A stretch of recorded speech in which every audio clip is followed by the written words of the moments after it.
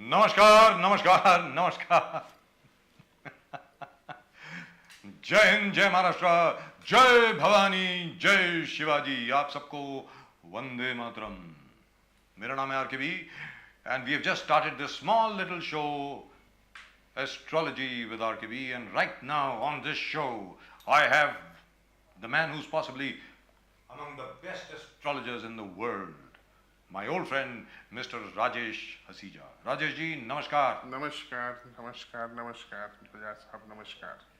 It's really a pleasure having you over here on Nation Now.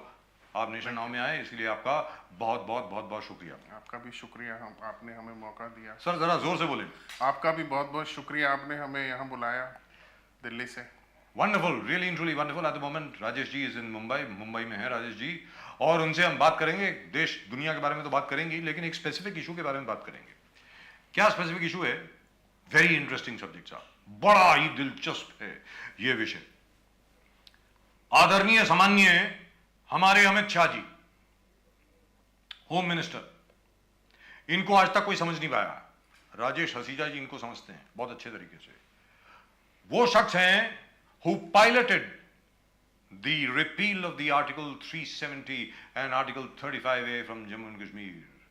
ये वो शख्स हैं जिसने आज तक कभी किसी भी चीज से, जो आज तक घबराया नहीं, जिसने आज तक कभी अपने कदम पीछे नहीं लिए, हमेशा हमेशा नरेंद्र मोदी जी के राइट हैंड रहे, और जिसने मोदी जी के ऊपर कभी भी कोई हरकत करने की कोशिश करी, ढाल की तरह मोदी जी के सामने खड़े रहे और आज तक खड़े हैं।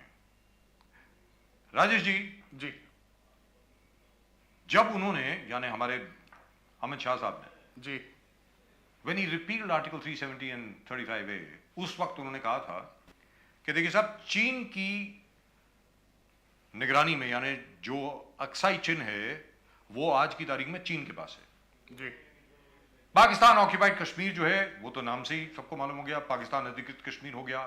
जी। गिलगिट बाल्टिस्तान है वो भी पाकिस्तान में है। जी। इन्होंने ये वादा किया था कि 1996 का जो रेजोल्यूशन है जी, उसको मैं यहां पूरा करूंगा, जी, और 1963 का जो पार्लियामेंट का रेजोल्यूशन है कि चाइना ने जितनी भी हमारी टेरिटरीज 1962 और उसके पहले ले ली थी, उन सब को हम वापस हिंदुस्तान में लेकर के आएंगे। आपको क्या लगता है कि अमित शाह जी इसमें, इस अपने प्रयत्न में, देश के लिए इस अपने प्रयत्न में सफल होंगे? निश्चित होंगे सफल। मैं ज्योतिष के माध्यम से उनकी कुंडली के बारे में बात करना चाहूँगा। बताएं। जो राजनीतिक कोई टिप्पणी नहीं करना चाहूँगा, प्योरली ज्योतिष के माध्यम से उनकी पर्सनैलिटी डिस्कस करेंगे। नहीं तो गृह मंत्री तो इससे पहले भी बहुत बने हैं इस देश में, जिन्होंने सही समय पर सही निर्णय नहीं लिए, जिसकी वजह से काफ़ी नुकसान हुआ समय समय पर पीछे देश को। उनका कन्या लगन है और लगन का स्वामी उनका सेकंड हाउस में बैठा है, मान सम्मान स्टेटस के हाउस में। और उनकी कुंडली में मैं बहुत कम शब्दों में ख़त्म करूंगा अपनी बात को, लंबा नहीं। उनकी कुंडली में एक जो शनि है बहुत ही अच्छी पोजीशन पर है। उनकी कुंडली में छठे भाव का स्वामी है और अपने घर में है, लगन की डिग्री से दूर है।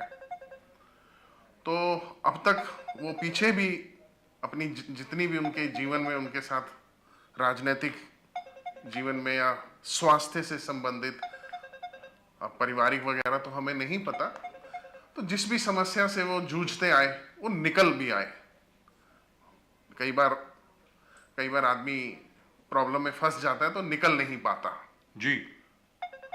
बट ऐसी जो स्थिति है, छठा भाव क्या होता है? छठा भाव दुश्मन का होता है, रोग, लिटिगेशन, लाइक दैट। तो उनका जो शनि अपने मतलब छठे भाव का स्वामी अपने छठे भाव में ही है।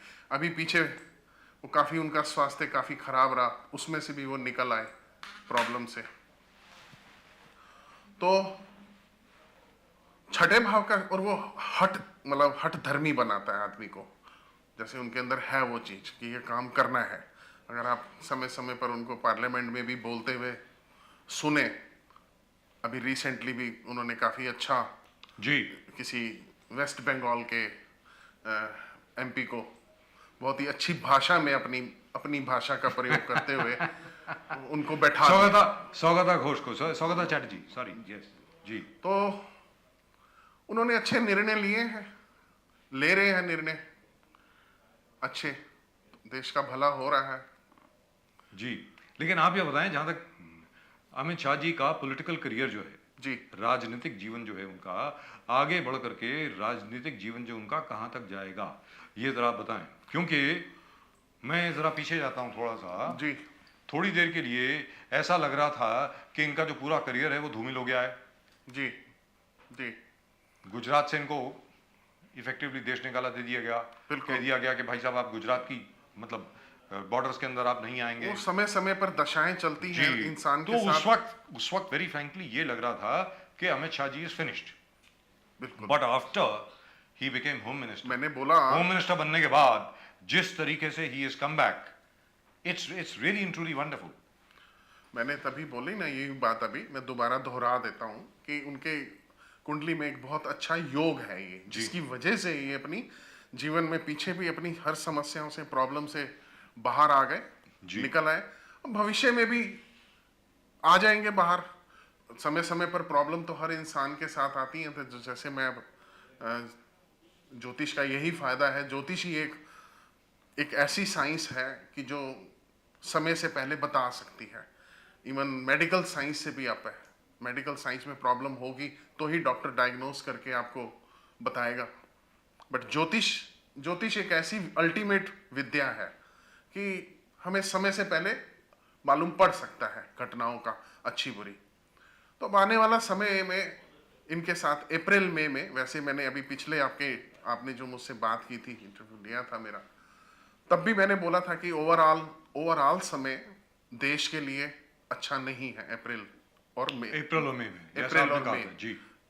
तो इनके भी जन्म समय का जो लगन का स्वामी है बुध 9 डिग्री का है, तो नोड्स राहु केतु जब स्टेशनरी होंगे 9 डिग्री पर, तो नेटल का मरकरी जो है लगन का स्वामी अगर दिक्कत में आ गया तो वो इंजन है गाड़ी का, लगन का स्वामी जी। तो मुसीबत में आ जाएंगे, हेल्थ की प्रॉब्लम में आ जाएंगे। 2-3 साल का समय, और फिर इन बिटवीन उसी समय ही अप्रैल के महीने में इनका जो गोचर का ट्रांजिट का जो बृहस्पति है वो भी अष्टम भाव में आ जाएगा। तो उस समय कुछ ऐसी परिस्थितियां बनेंगी जो मेरी भविष्यवाणी कह सकते हैं, क्योंकि एक ज्योतिषी से हर इंसान इन सब बातों को, उसका कोई मतलब नहीं होता सुनने का, वो हर इंसान को होता है कि कोई भविष्यवाणी कीजिए। तो मेरी उनके बारे में ये प्रिडिक्शन है कि उस समय में जो है उनका स्वास्थ्य या कोई भीतरघात जैसे बोलते हैं, कोई अपना ही सहयोगी दगा कर सकता है। कहने का मतलब ये हुआ राजेश जी कि that will be a challenging period. That will be a challenging उनके लिए वो चैलेंजिंग पीरियड है, तो निकल आएंगे जून के बाद। And Mr. Amit Shah has a record of always rising up to every challenge and meeting it head on. That's what Mr. निकल Amit Shah आएंगे has always done. जून के बाद निकल आएंगे अपनी इस प्रॉब्लम से। Gee, wonderful, absolutely wonderful. I tell you what, but the only thing is that as far as Mr. Amit Shah is concerned, why am I talking so much about Amit Shah? Because more than Mr. Modi, the entire focus on security comes from Mr. Amit Shah. याद रखें कि जहां तक सुरक्षा का प्रश्न है देश की, and by the way that is Mr. Hasija's number right over there, 9873343147, 9873343147 in case you want to get in touch with him.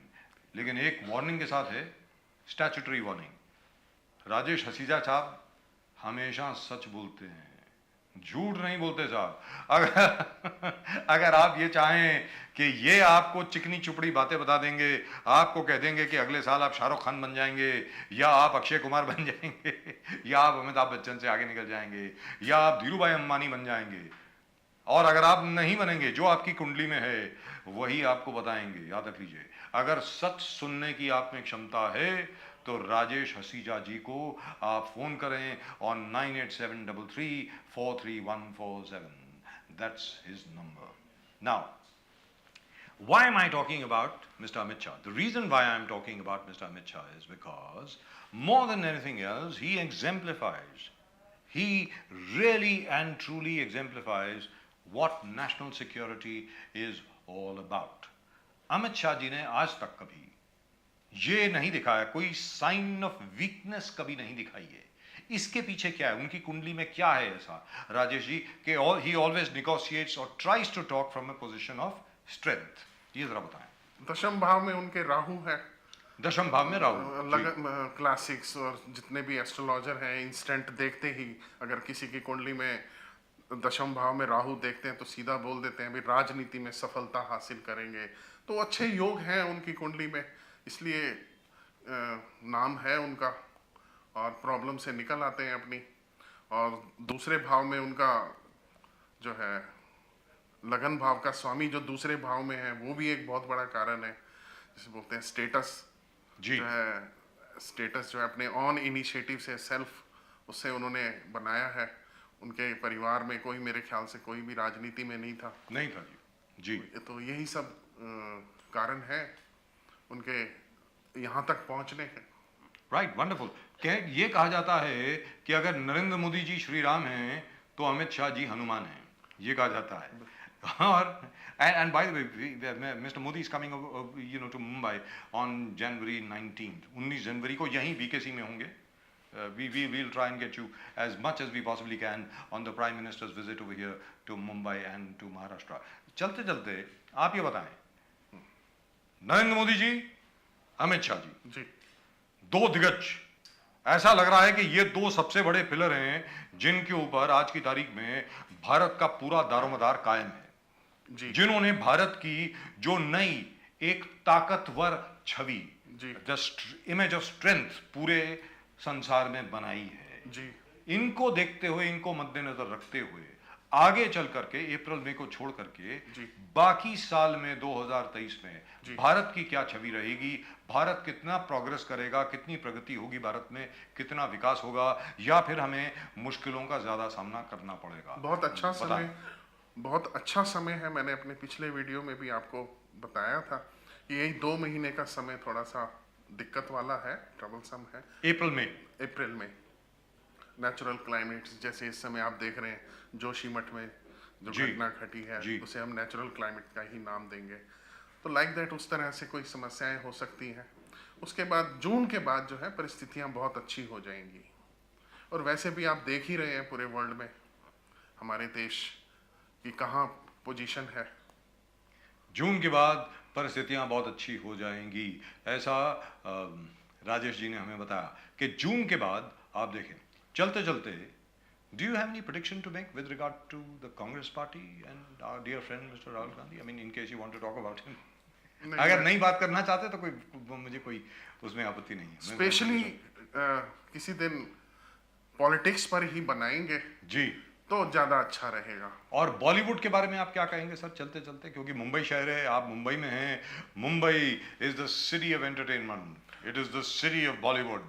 Bollywood के बारे में आप क्या कहेंगे कि अब इस साल में 2022 से तो अच्छा होगा ना? बहुत अच्छा होगा, क्योंकि शनि मैंने बोला ही था मासिस को डिनोट करता है जी लास्ट वीडियो में भी आपके साथ. और दशम भाव कर्म स्थान का स्वामी है. इस साल अब जो है देश का हर व्यक्ति तरक्की करेगा, पैसा बहुत अच्छा आएगा, सब लोग अच्छा करेंगे. तो बॉलीवुड भी उसी में ही है. इंडस्ट्री को डिनोट करता है, सैटर्न मासिस को डिनोट करता है.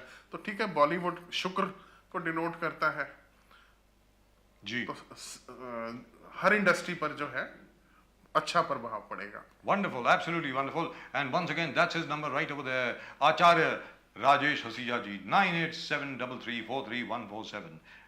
Easily among the best astrologers in the world. And once again, I might tell you this, he predicted the coming of COVID 2 years before COVID actually came. COVID के तकरीबन 1.5 या 2 साल पहले इन्होंने prediction दे दी थी लिखित में, जो कि मैं खुद डॉक्यूमेंट कर चुका हूं, वेरीफाई कर चुका हूं कि भाई 2020 में एक ऐसी डिजीज आने वाली है, एक ऐसी आपदा आने वाली है जिसको कोई बहुत पहले तो डायग्नोज नहीं कर पाएगा, जिसको पहले किसी ने देखा नहीं होगा. This, by the way, is the only man who's done it. And just for that again, congratulations to you, Mr. Rajesh Hasija. Please keep up the good work. We are all very, very, very proud of you. Thank you so much. That's it. That's all we've got for you in tonight's show on RKB. That is Astrology with RKB. जहां तक मेरा सवाल है, मैं आपके पास हूँगा कल यहीं पर. तब तक के लिए नमस्कार. जय हिंद, जय महाराष्ट्र, जय भवानी, जय Shivaji. Vande Mataram. Keep watching Nation Now. And yes, before we go, do send in your comments. Do send in your comments as to what you thought of what Mr. Rajesh Hasija had to say about Amit Shah, Mr. Narendra Modi, India and Bollywood. इन सब चीज़ों के बारे में जो भी विश्लेषण, अपना ज्योतिष के आधार पर विश्लेषण जो राजेश हसीजा जी ने दिया, उसके ऊपर आपकी क्या राय है, आप ज़रूर भेजें. YouTube के कमेंट सेक्शन में आप ज़रूर लिखें. We'll of course see you tomorrow. तब तक के लिए वंदे मातरम.